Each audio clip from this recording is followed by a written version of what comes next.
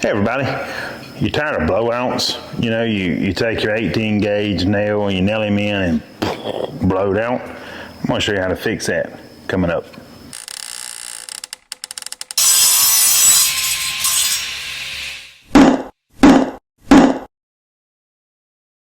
So some of y'all guys ain't gonna like to hear this, but the reason you're having blowout is your fault. Let me bring you in close, tell you exactly why.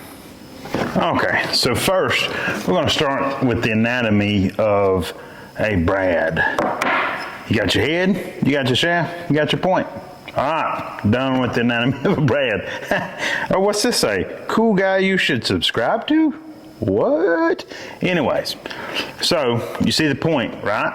The way brads are made, you know, your 18 gauge gun, the way it's made, if here's your head, here's your head, shaft, point. Well, that point right there is from this side in, from this side in. So the problem is when you're nailing, for example, this board, if you're going to nail this board down, if you're nailing this way, right, it's going to go either left or right because this is the way you're nailing. Now if you turn him and go this way, he's either gonna go up or down.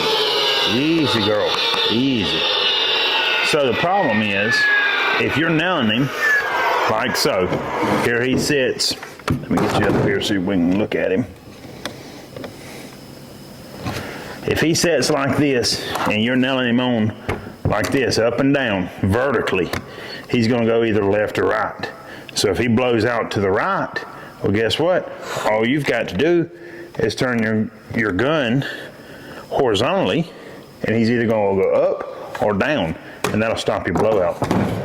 Well, there you go, guys. That's the reason you're having blowout.